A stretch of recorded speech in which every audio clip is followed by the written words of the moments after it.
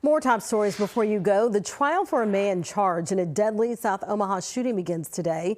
The shooting happened in October of 2024 near 29th and T. Doc Lom faces several charges, including first-degree murder. A person is dead after a shootout with Omaha police. Investigators say a man in his 50s became agitated during an attempted eviction. Officers shot and killed him after he fired out of a window.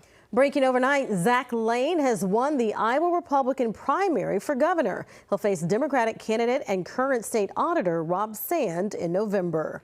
The U.S. Senate race in Iowa also set. On the Democratic side, Josh Turek of Council Bluffs beat Zach Walz. Turek will face off against current Representative Ashley Hinson.